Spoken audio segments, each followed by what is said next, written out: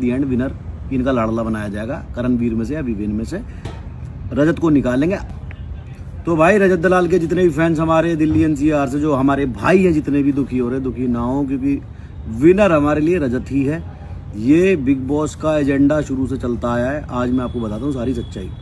ये जो आज हुआ है ये होने वाला, ये मुझे 1.5 महीने पहले पता लग गया था जब मेरी मीटिंग हुई थी। जब से इसलिए नहीं बोला कि भाई वोटिंग अच्छी हो रही है, सारे लोग अच्छे से खेल रहे हैं, अंदर की बात बाहर क्या बताएं। रजत दलाल के मीटअप में गया था तो उसके 2 भाइयों ने मेरी एक वीडियो बनाई थी, उसके ब्लॉग के लिए रील पे भी पड़ी हुई है वो। तो उसमें मैंने हमेशा ये बोला है कि मैंने कहा जीतेगा रजत ही, अगर कोई पॉलिटिक्स नहीं हुई तो। क्योंकि मुझे वहाँ आशंका के साफ साफ बता दिया गया था कि एट दी एंड विनर इनका लाडला बनाया जाएगा करणवीर में से या विवेन में से, रजत को निकालेंगे। अभी तक इसलिए नहीं निकाल पाए थे क्योंकि एक तरफा वोटिंग जो हो रही थी, इसके लिए।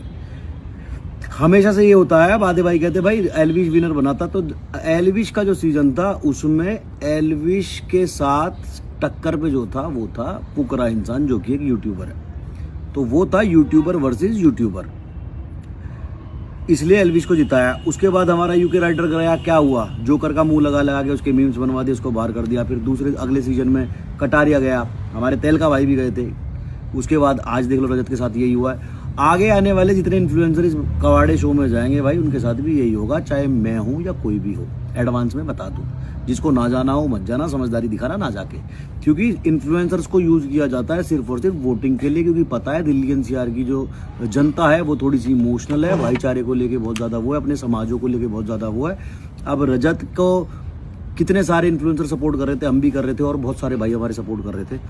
तो उससे क्या हो रहा था, वोटिंग बहुत ज्यादा मिल रही थी।